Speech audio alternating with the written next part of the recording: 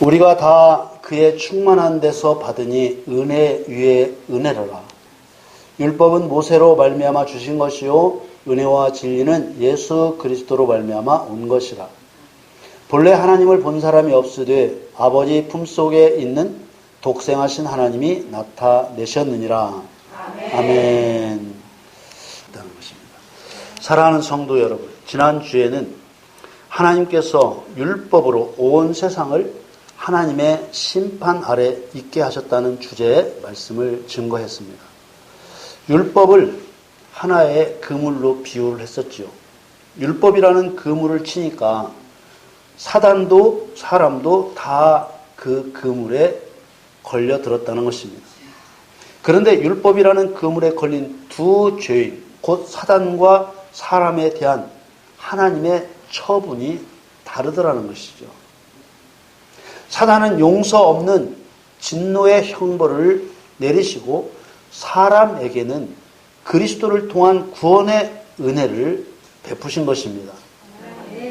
결국 하나님께서는 율법을 통해 사단에게는 심판을 내리시고 사람에게는 은혜를 베푸신 것입니다. 그러나 중요한 것은 율법에 의해 사단은 심판을 받고 사람은 구원을 받았다고 해서 우리가 살고 있는 현재의 시대에 사단이 영원한 지옥불 속에 던져진 것도 아니고 믿는다고 하는 사람들의 구원이 완성되어서 영생에 이르게 된 것도 아직 아니라는 사실입니다. 예수님께서 친히 말씀하신 가라지 비유에서 가라지는 악한 자의 아들들이라고 했습니다. 마태복음 13장 38절에 밭은 세상이요 좋은 씨는 천국의 아들들이요 가라지는 악한 자의 아들들이요 이렇게 말씀하시죠. 악한 자의 아들들이란 마귀를 따르는 타락한 천사들을 일컫는 표현입니다. 39절에 이어지는 말씀에 가라지를 심은 원수는 마귀요 추수 때는 세상 끝이요 추수꾼은 천사들이니 이렇게 말씀하시므로 가라지라고 비유하신 악한 영들을 심은 자가 곧 마귀라는 사실을 밝히셨습니다. 그리고 40절에 그런즉 가라지를 거두어 불에 사르는 것 같이 세상 끝에도 그러하리라. 세상 끝에서야 비로소 마귀와 마귀를 따르는 악한 영들이 지옥불에 던져진다는 것을 알 수 있습니다. 그러므로 우리는 여기서 원수 마귀와 마귀를 따르는 악한 영들을 세상에서 아직 제거하지 않으시는 하나님의 이유를 알아야만 하는 것입니다. 왜냐하면 그 악한 영들은 이미 그리스도의 심판 선언에도 불구하고 마귀는 세상 임금 노릇을 여전히 하고 있고 세상을 통치하고 있습니다. 그리고 악한 영들은 마귀의 뜻을 따라서 사람들이 예수님을 거절하는 죄를 범하게 하고 있기 때문이죠. 왜 하나님께서는 이미 사형 판결을 받은 마귀와 더러운 귀신들이 이 세상에서 활동하게 하시는 것일까? 심지어 택하신 백성을 미혹하려고 한다는 것입니다. 마가복음 13장 22절에 보면 거짓 그리스도들과 거짓 선지자들이 일어나서 이적과 기사를 행하여 할 수만 있으면 택하신 백성을 미혹해 하려 하리라. 왜 악한 영들을 그리스도의 사형 판결을 받고도 지옥에 가둠을 당하지 않을까? 가둠을 당하는 것은 고사하고 거짓 선지자들을 만들고 거짓 선지자들에게 들어가서 이적과 기사를 행하게 해서 하나님의 택하신 백성까지도 미혹하게 하는 것일까? 말씀을 증거하는 목사를 거짓 선지자로 만들 정도라면 성도들은 또 얼마나 많이 미혹해서 거짓 신앙으로 망하게 하고 있을까? 그래서 베드로 전서 5장 8절 9절에 근신하라 깨어라 너희 대적 마귀가 우는 사자같이 두루 다니며 삼킬 자를 찾나니 너희는 믿음을 굳게 하여 저를 대적하라 이렇게 말씀했습니다. 성경에 믿지 않는 세상 사람들에게 근신하고 깨어 있으라고 한 말이 아니지 않습니까? 뒤집어 말하면 택한 백성들이라도 근신하고 깨어 있지 않으면 우는 사자와 같은 마귀에게 잡혀 먹힐 수 있다는 뜻입니다. 그러면서 명령하시는 말씀이 믿음을 굳게 하여 마귀와 싸우라고 하셨습니다. 대적이란 대항하여 맞서 싸우는 것인데 미혹의 영들과 맞서 싸우려면 어떤 무기를 갖춰야 되는 것일까요? 미혹은 거짓말로 하는 것입니다. 그러므로 미혹의 영들과 싸울 수 있으려면 진리, 그 어떤 사건의 진실을 알고 있어야만 싸울 수 있는 것입니다. 우리가 분명히 해두고자 하는 것은 마귀와 마귀를 따르는 그 악한 영들에 대해 지옥불에 떨어질 그리스도의 판결이 떨어졌지만 아직 집행하지 않았고 마귀와 더러운 영들은 여전히 세상에 있다는 것입니다. 세상에 있기만 하는 것이 아니라 세상 사람들에게 임금 노릇을 하고 있고 할 수만 있으면 택한 백성들이라도 거짓말로 미혹하려고 한다는 것입니다. 그래서 성경은 택한 백성들인 그리스도인들이 흔들리지 않는 굳센 믿음과 진리로 무장하고 마귀의 거짓말에 대항하여 맞서 싸워야 된다고 말씀하고 있는 것입니다. 이렇게 불의한 자인 마귀와 마귀를 따르는 악한 영들의 거짓말과 사람을 죽이는 일과 맞서 싸우는 것을 일컬어 율법을 행한다, 의를 행한다 이렇게 말하는 것입니다. 마귀의 세력들이 창조주이신 하나님을 배반하고 사람을 죽인 불의한 자가 맞습니까? 이 불의한 영들과 맞서 싸우는 그리스도인이 바로 의를 행하는 사람들입니다. 불의를 행하는 자들을 보고도 가만히 있는 것은 의를 행하는 것이 아니지요. 로마서 2장 13절 말씀에 하나님 앞에서는 율법을 듣는 자가 의인이 아니요 오직 율법을 행하는 자라야 의롭다 하심을 얻으리니 이렇게 증거합니다. 믿음으로 얻은 칭의는 의롭다고 불러주는 그 의로움은 의롭다고 여겨주는 것일 뿐 율법을 행하여 얻은 의로움이 아닙니다. 율법을 행한다는 것은 율법으로 마귀의 죄를 드러내 마귀의 일을 멸하는 것입니다. 율법에 담겨진 하나님의 뜻을 깨닫는 것이 나에게는 율법을 행하는 것이요 다른 사람에게는 율법에 담겨진 하나님의 뜻을 가르치는 것이 율법을 행하는 것입니다. 율법을 행하면 마귀의 죄가 드러나게 되는 것입니다. 마귀의 죄가 드러나면 율법을 깨닫는 그 사람은 마귀의 미혹에 더 이상 속지 않으므로 죄를 떠나게 되고 죄를 이기는 사람이 되는 것입니다. 믿음이 없던 사람이 하나님을 믿지 않았던 죄를 회개하고 구원자이신 예수 그리스도를 영접하여 사망에서 건짐받은 구원을 받은 성도는 아직 율법을 행한 적이 없기 때문에 율법을 행한 의인은 아닙니다. 아직 의인이 아니므로 앞으로 하나님의 자녀가 될 자이지 하나님께 속한 자, 곧 하나님의 자녀가 아닌 것입니다. 요한일서 3장 10절에 분명하게 증거하시죠. 이러므로 하나님의 자녀들과 마귀의 자녀들이 나타나느니 무릇 의를 행하지 아니하는 자나 또는 그 형제를 사랑치 아니하는 자는 하나님께 속하지 아니하니라.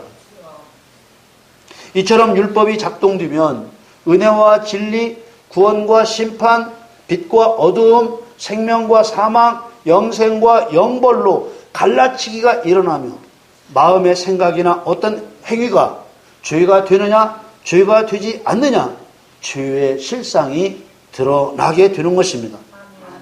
그런데 의를 행하여 그 죄를 멸하지 않는다면 그 사람은 하나님께 속한 자가 아니라는 것입니다. 예를 들어 방탕한 아들의 비유에서 하나님을 상징적으로 표현한 아버지를 떠난 둘째 아들의 행동은 하나님을 배반하는 죄를 짓는 일을 나타낸 것입니다. 그러므로 그의 행동은 곧 율법을 어기는 죄인의 행동인 것이죠. 비유에 등장하는 둘째 아들은 불신 영혼이 아니라 아버지의 아들입니다. 곧 하나님의 택하신 자, 하나님께서 택하신 자가 하나님을 떠난다는 것을 의미하고 있는 것이죠. 이 사실을 예고하고 있는 성경이 신명기 32장에 나와 있습니다. 신명기 32장 13절에서 15절 말씀을 보겠습니다. 여호와께서 그로 땅의 높은 곳을 타고 다니게 하시며 밭의 소산을 먹게 하시며 반석에서 꿀을 굳은 반석에서 기름을 빨게 하시며 소의 젖기름과 양의 젖과 어린 양의 기름과 바산 소산의 수양과 염소와 지극히 아름다운 밀을 먹이시며 또 포도즙의 붉은 술을 마시우셨도다. 15절 그러한데 그렇게 해줬는데 여수르니 살찜에 발로 찼도다.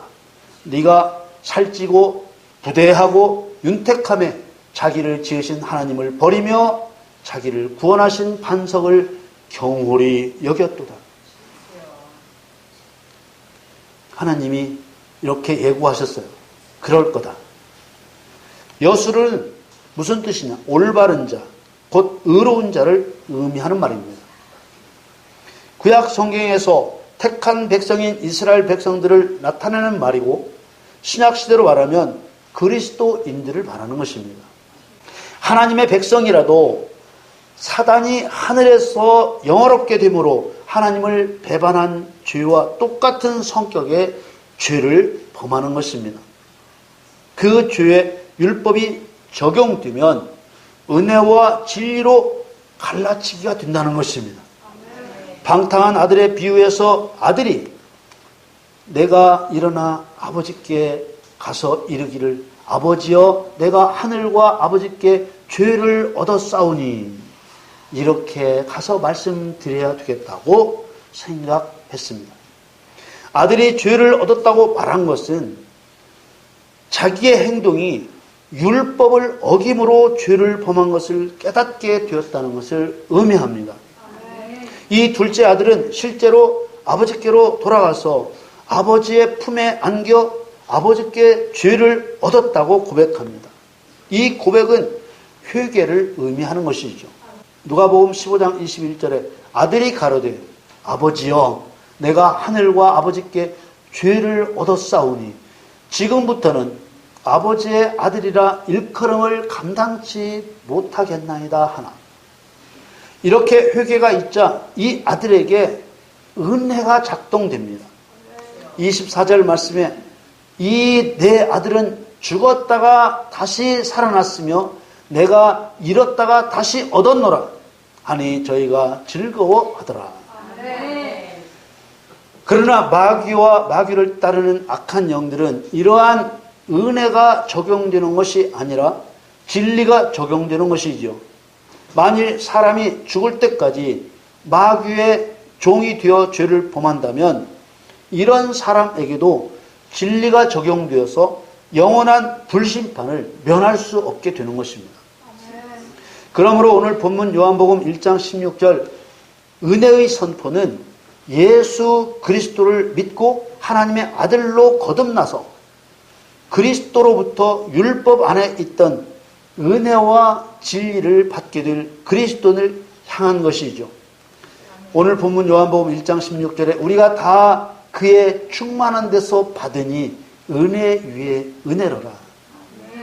그것은 그냥 그리스도이시기 때문에 당연히 충만하다 그런 말이 아니라 기름 부음을 받고 그리스도로 오신 목적을 확고하게 이루실 준비된 상태를 나타내고 있는 것입니다. 육신을 입고 오신 그리스도께 있는 은혜와 진리는 우리라는 존재에게 부어집니다. 우리가 다 그의 충만한 데서 받으니라고 했습니다. 주님께서 가지신 은혜와 진리를 우리에게 부어주시니까 받는 것이죠. 그런데 우리가 누구입니까? 그리스도의 일을 행하는 그리스도인들입니다. 요한복음 1장 12절 13절을 보겠습니다.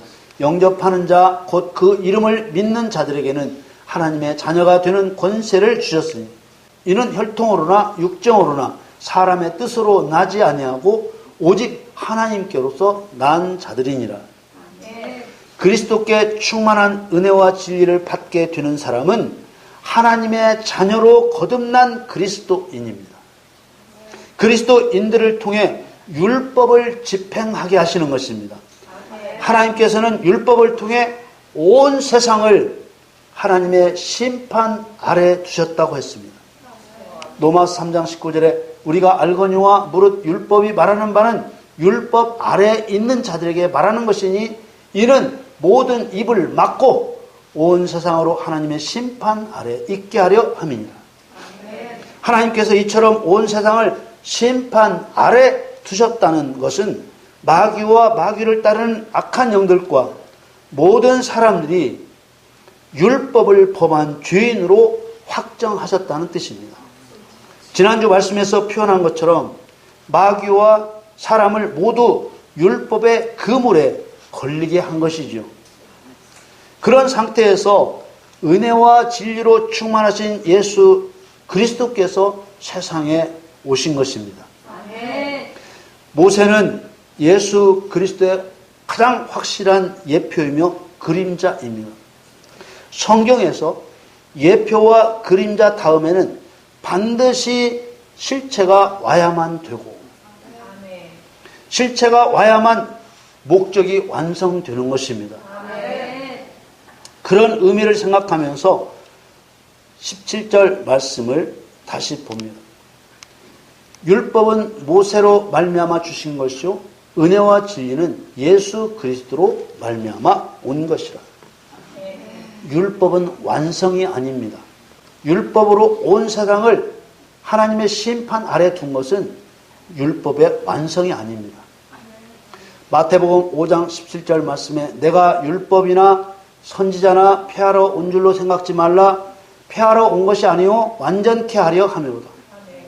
이렇게 다시 보니까 율법을 완전케 하러 오셨다는 예수님의 말씀이 보다 선명하게 이해됩니다. 모세가 예수 그리스도의 예표와 그림자인 것처럼 모세를 통해 주신 율법도 하나님의 목적을 모두 이루는 완전한 것이 아니었고 은혜와 진리로 오신 그리스도를 통해서 비로소 율법 안에 담겨 있는 구원과 심판의 목적을 이루시더라는 것입니다. 요한복음 1장 10절 다시 봅니다. 율법은 모세로 말미암아 주신 것이요 은혜와 진리는 예수 그리스도로 말미암아 온 것이니라. 이 말씀과 율법을 완전케 하신다는 말씀과 연관성이 맞아떨어지고 있는 것입니다. 율법을 제대로 설명하기 위해서는 선악과 사건을 빼놓을 수가 없지요. 선악과를 먹지 말라는 명령이 최초의 율법이라고 이해하느냐 이해하지 못하느냐에 따라서 성경 해석이 완전히 달라지기 때문입니다. 선악과를 먹지 말라는 명령을 최초의 율법으로 이해하면 율법을 통해서 온 세상으로 하나님의 심판 아래 있게 하려 하셨다는 말씀이 무리 없이 이해가 되지만 십계명을 최초의 율법으로 보게 된다면 이미 지을 죄 다 짓고 난 후에 사후 약방문처럼 죽은 후에 약을 짓는 것처럼 무능한 하나님을 만드는 것입니다. 십계명은 창세로부터 대략 2550년 후에 주셨습니다. 하나님께서 모세를 통해 십계명을 주신 때는 기원전, 그러니까 예수님이 이 땅에 오실 때로부터 1446년 전이었어요. 인간이 에덴 동산에서 죄를 범한 때와 약 2550년 지난 후에 율법을 정하셔서 그 율법으로 온 세상을 하나님의 심판 아래 두셨다는 논리로는 율법으로 모든 입을 막고 온 세상으로 하나님의 심판 아래 있게 하려 했다는 영원부터 계획하신 하나님의 비밀한 경륜을 설명할 수 없는 것입니다. 하나님께서는 선악과를 먹지 말라는 에덴 동산에서 반포된 최초의 율법으로 온 세상을 심판 아래 두신 것입니다.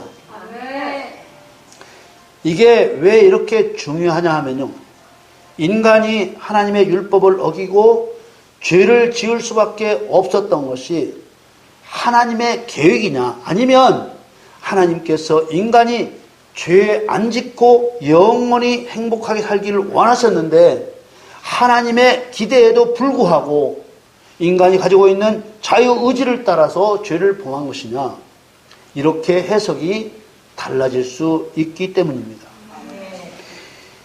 인간이 본래부터 죄를 지을 수밖에 없는 존재로 창조하신 것이 하나님의 계획이었다고 해야만 성경 말씀이 서로 부딪힘이 없이, 충돌 없이 논리적으로 맞아 떨어지는 것입니다.